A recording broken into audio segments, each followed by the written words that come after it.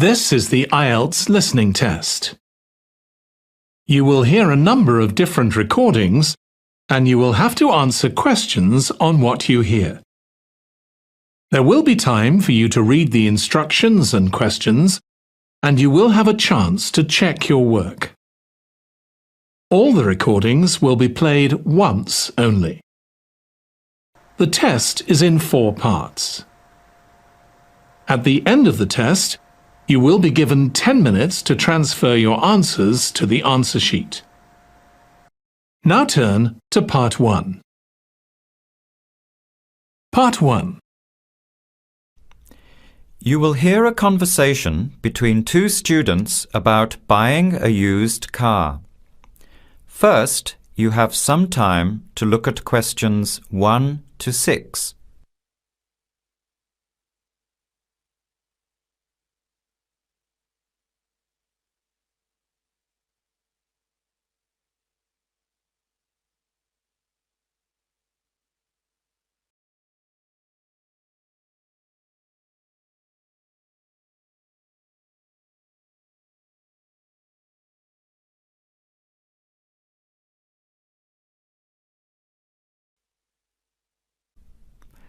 Listen carefully to the conversation and answer questions 1 to 6.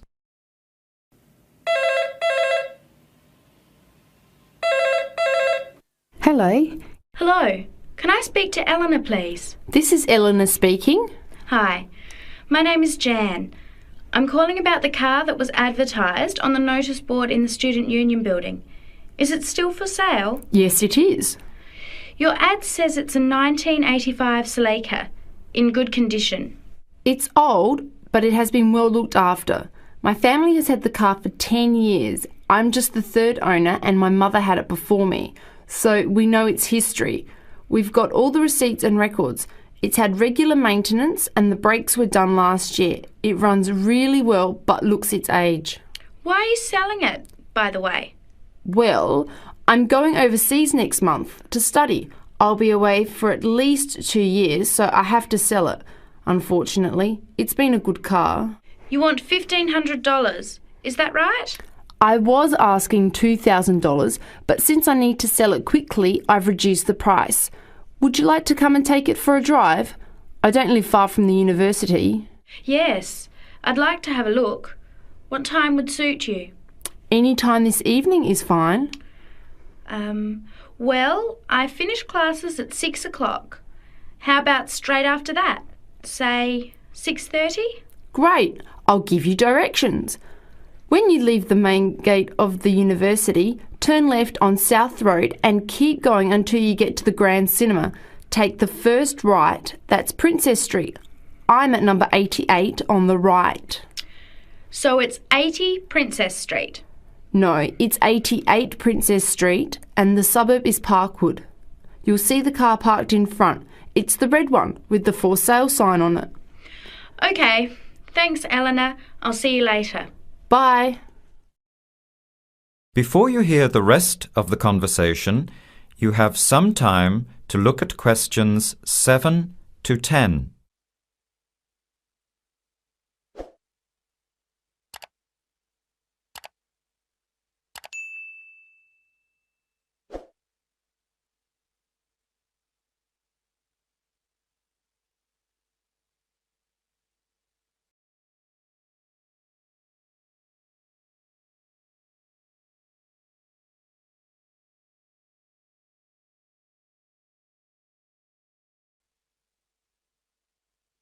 Later that day, at the university, Jan meets up with her friend Sam and tells him about the car. Hi Sam, Hey Jan, what's happening?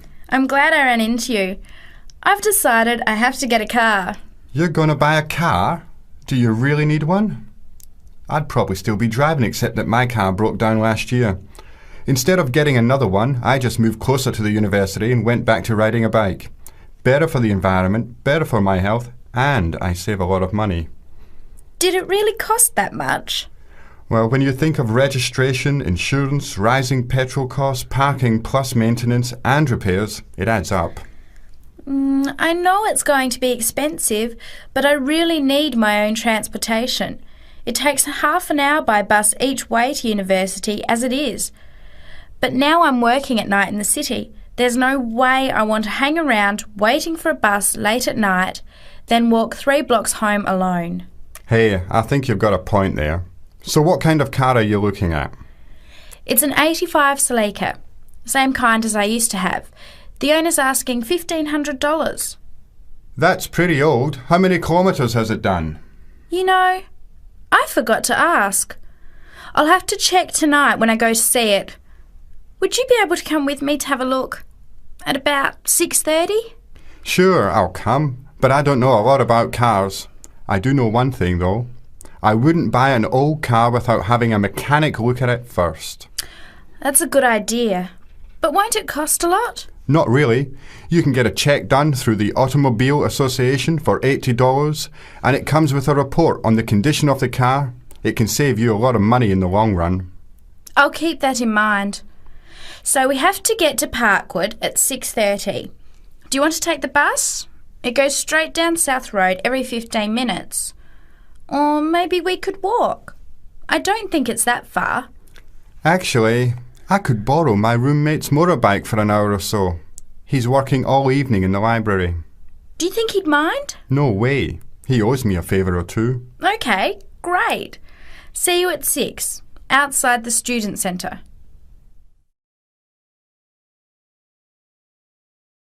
That is the end of part 1.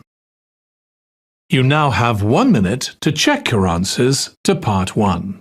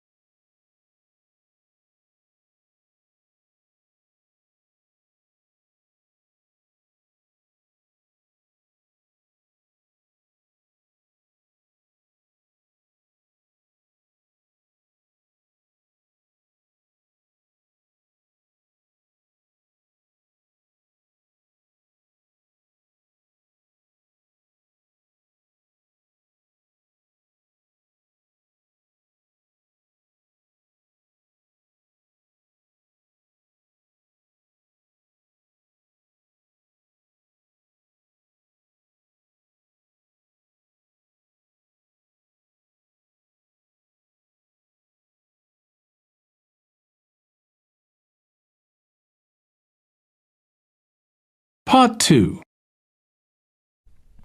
You will hear a guide giving instructions to a group of international students in Canada preparing for a whale watching trip.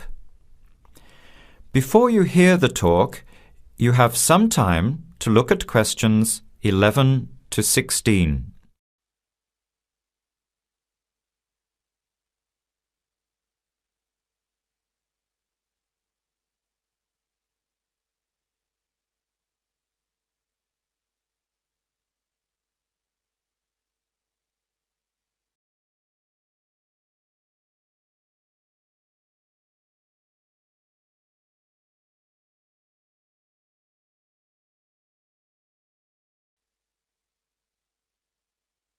Now listen carefully to the first part of the talk and answer questions 11 to 16. Hello, everyone. Glad to see so many happy faces on this wild and windy day.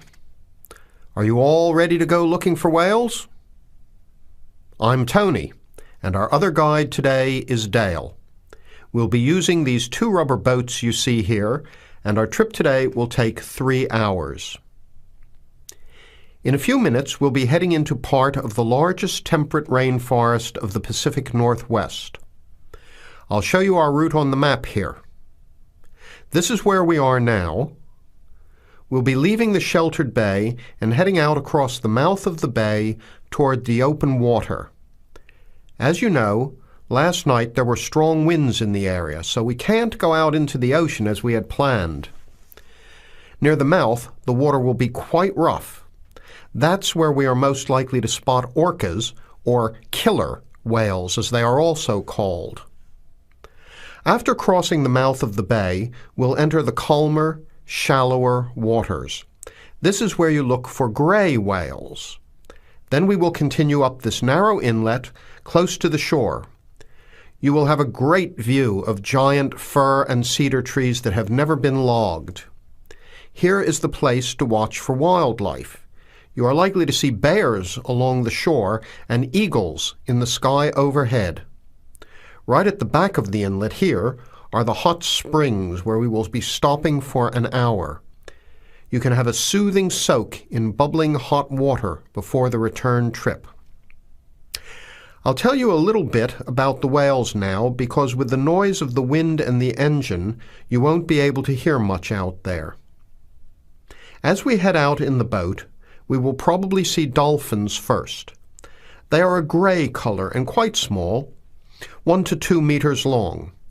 They will swim right beside the boat, racing along and sometimes jumping out of the water just ahead of us.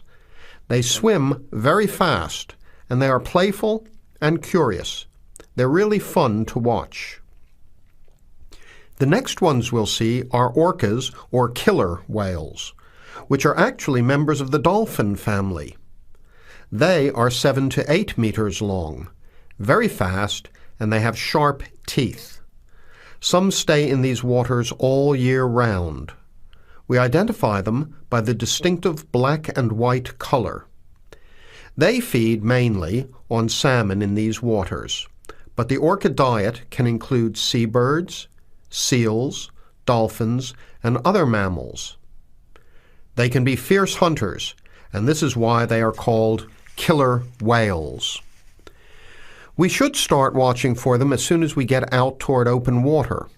We're likely to spot the orcas from a considerable distance.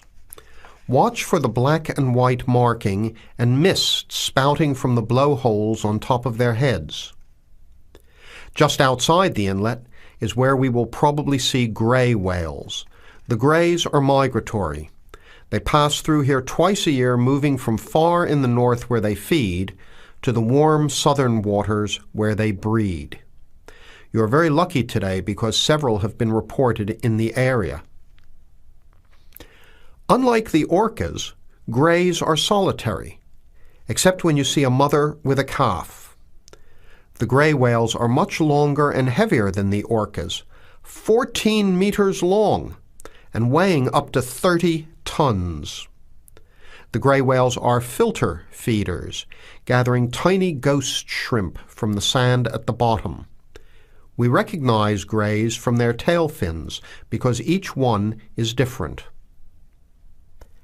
Once we find the whales, we'll come up as close as we can safely. We are allowed to approach the whales no closer than 50 meters, but that feels pretty close when you are in the presence of animals this big. You'll see mist coming out of the blowholes when they breathe out, and you'll hear a loud hiss. If we are downwind, we might even be able to smell them, a strong, fishy smell. Before the talk continues, you have some time to look at questions 17 to 20.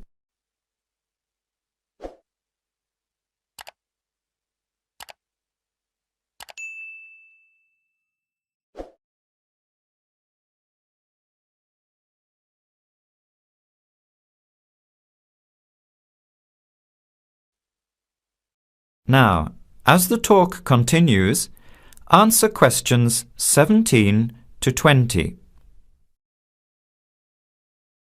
Now, for just a few words of caution.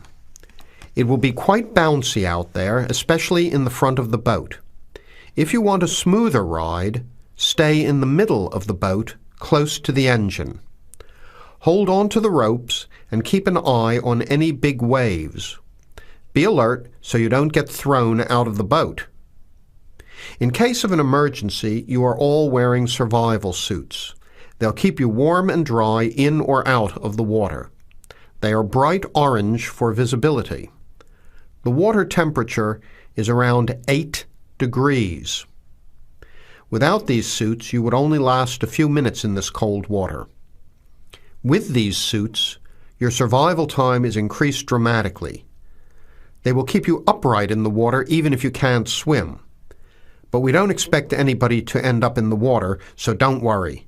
Now, are there any questions? I'm afraid of getting seasick. Right. I was just coming to that. If you think you might get seasick, take one of these patches and put it on your arm at the wrist, like this. It works on pressure points of the body and will relieve seasickness without the drowsiness you can get from pills. Are there any other questions? All right then, let's start loading up the boats. We leave in 5 minutes. That is the end of part 2. You now have 30 seconds to check your answers to part 2.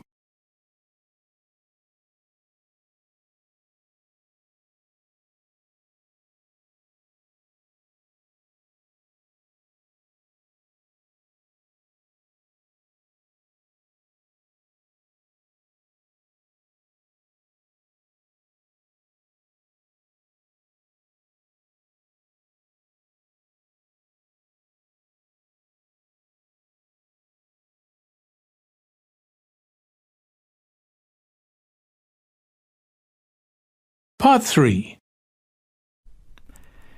You will hear a student, Penny, talking to two friends, Ray and Louise, about a television competition Ray has entered called Travel Documentary. Before you hear the conversation, you have some time to look at questions 21 to 26.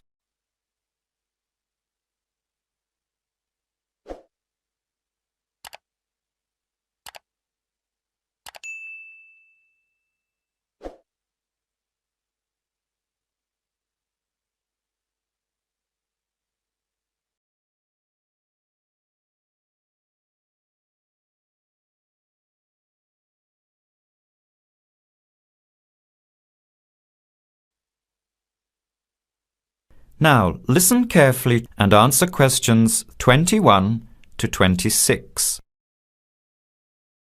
Hi, haven't seen you two in ages. What have you been up to? Hi, Penny.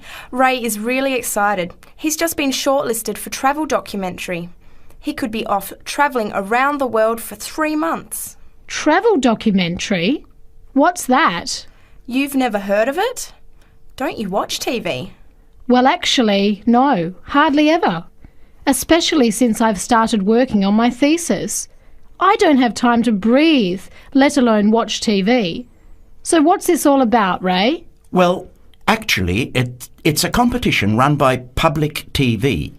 It involves my two great loves, travel and filmmaking. Is it that program where people are sent around the world making documentary videos? I have heard of it. Fantastic! So you've been chosen? Not yet. I'm one of 34 selected for an interview next week, so I've made it through the first cut. Yeah, there were over 200 applicants from around the country. Pretty amazing, hey? Well, I've been lucky so far. What's the next stage? 13 are chosen from the interview to do a 4-week training course in documentary filmmaking. Then, the 8 finalists get sent off with a video camera to travel around the world. Sounds incredible. What's the catch? The catch is that every 2 weeks you have to send in a 10-minute video from a different part of the world. It's broadcast on TV along with the work of 3 of the other competitors and judged by a panel of experts and the TV audience. So you're under a lot of pressure. Wow, I guess so. You mean you're on television every 2 weeks? Yep, that's right. But first I have to be selected. Do you have to have any filmmaking experience to apply? Some background in photography or video making helps, but you're not supposed to be an expert. In fact, you can't apply if you've already worked in filmmaking. We all get the same 4-week course, so we start with the same skills. Can you go anywhere in the world you want? Each competitor makes up his or her own travel plans, and has to get them approved. Before the conversation continues, you have some time to look at questions 27 to 30.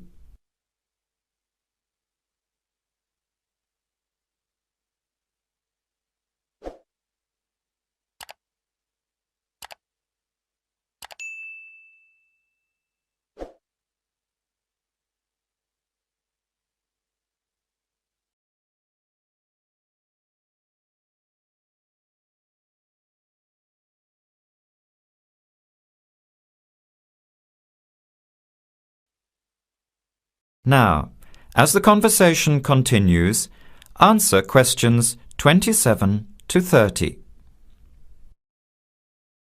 Have you talked with anyone else who has done it?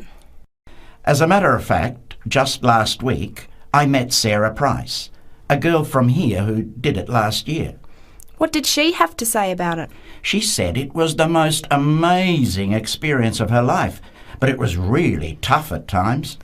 I think you'd have to be really brave to take off like that alone with so much responsibility. It's not like going on a holiday, is it? No. 2 weeks in a country, often where you can't speak the language, to find a story, film it, organise all the editing. Then you're off to a completely different part of the world to start all over again. Pretty exhausting, but exciting too. What a way to see the world. What about Sarah Price? Did she have any bad experiences? She said the worst part was when she got some mysterious fever in Mongolia and thought she might have to be sent home. Fortunately, it got better, but she said it was scary to feel really ill when you're alone so far away. So what made you want to apply? When I saw the program on TV a while ago, I thought, this is for me. I've always wanted to travel, but needed to work for a year before I could even think about it. Then a new series started up. I thought, now's my chance. Don't you think you'll be lonely? I don't think I'll have time to be homesick. I'm more worried about having too much to do and not enough time to get things organised. So we might be watching you on television in the next few months. I hope so, if I'm lucky. When will you know for sure? They choose the final 8 in March. A month later, you're on your way. So do you have to pay anything? Nothing. It's all paid for.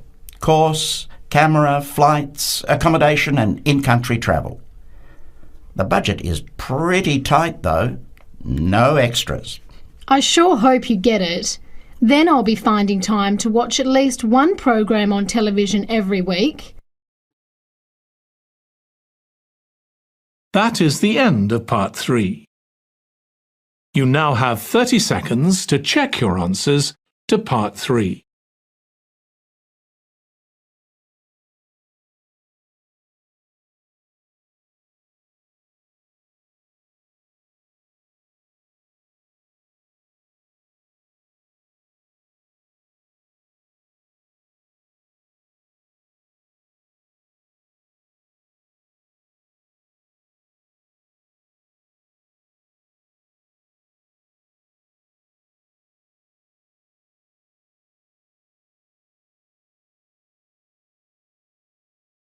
Part 4. You will hear a talk given by Kate Tomalin on the history of technology. First, you have some time to look at questions 31 to 40.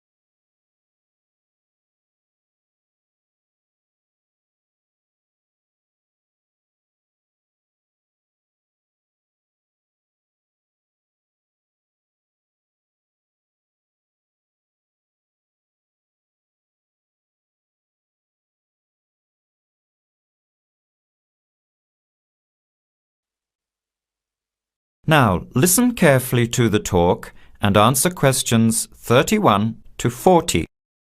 Our talk today in this History of Technology series is about a feat of anti-engineering from the late 19th and early 20th century that is still very much with us today and that is linked with the history of the typewriter. It's the QWERTY keyboard. What, you might ask, is QWERTY? Well, have a look at the nearest typewriter or computer keyboard. If you look at the top row, you will see that Q, W-E-R-T-Y, are the first 6 letters. Did you ever think when you were learning to type about why the letters on the keyboard are distributed the way they are? Here's the story. It all has to do with the history of the typewriter. Typewriters existed since the early 1700s, but the first commercially practical system came into being in 1873. The typewriter is one of America's greatest unsung inventions. While the telephone, automobile, and airplane sped up communications and transportation, the typewriter did the same thing for the written word. But few people paid much attention, possibly because they were too busy reading what the typewriter had written about all the other inventions. The first typewriters had the keys laid out in alphabetical order, but this system had problems. Some keys that tended to be typed together were physically close. This made the type bars hit each other and get stuck. Typewriters in 1873 jammed or got stuck if the keys next to each other were hit in quick succession. To solve this problem, in 1878, the QWERTY keyboard was developed, spacing frequent letters away from each other and therefore reducing the number of jams. It was not specifically designed to slow down typists, as is generally believed, but the keyboard did create a built-in inefficiency for typists. The most common keys are scattered all over the keyboard rows, many on the left side. Right-handed people have to use their left hand, which is the weaker hand. Typewriter technology improved, doing away with the original rationale for the QWERTY distribution, but the keyboard remained. In spite of its inefficiency, it is the keyboard we all use today. Already back in 1932, there was a solution to the problem. Efficiency expert August Dvorak came up with a new keyboard layout. His home row consisted of A, O, E, U, I, D, H, T, N, S, which includes all of the vowels as well as the most commonly used letters. On this keyboard, over 3,000 words can be typed using only the home row. In fact, 70% of all the work can be done on the home row, 22% on the row above, and 8% on the row below. The QWERTY keyboard allows only about 50 words to be typed without reaching for other rows. In addition, on Dvorak's keyboard, the right hand handles 56% of the workload and the left handles 44%, just about the opposite of the division of the QWERTY keyboard. This is an advantage for most right-handers. The Dvorak keyboard increased accuracy in typing by almost 50% and speed by 15 to 20%. How much labor did this Dvorak layout save?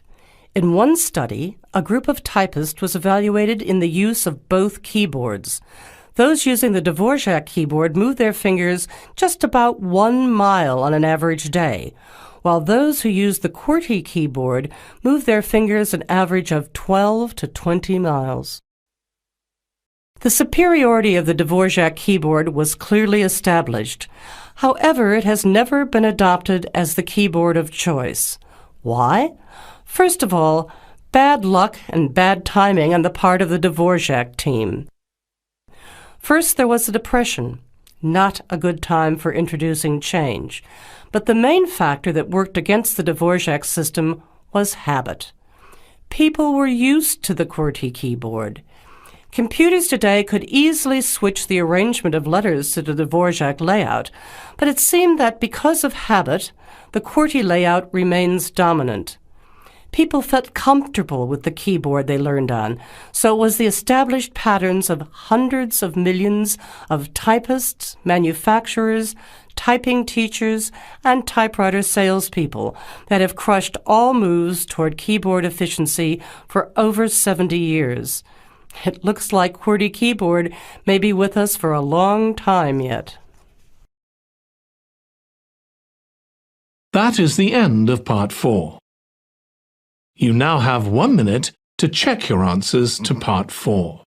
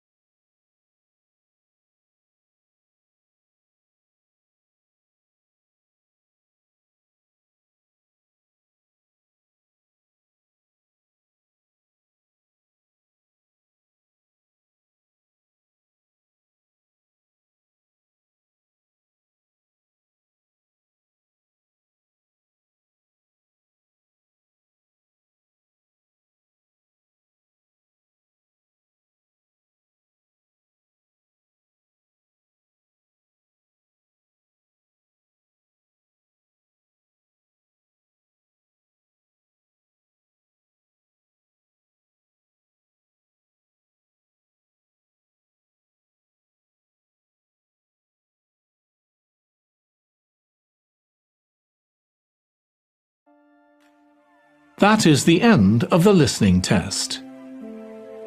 In the IELTS test, you would now have 10 minutes to transfer your answers to the answer sheet.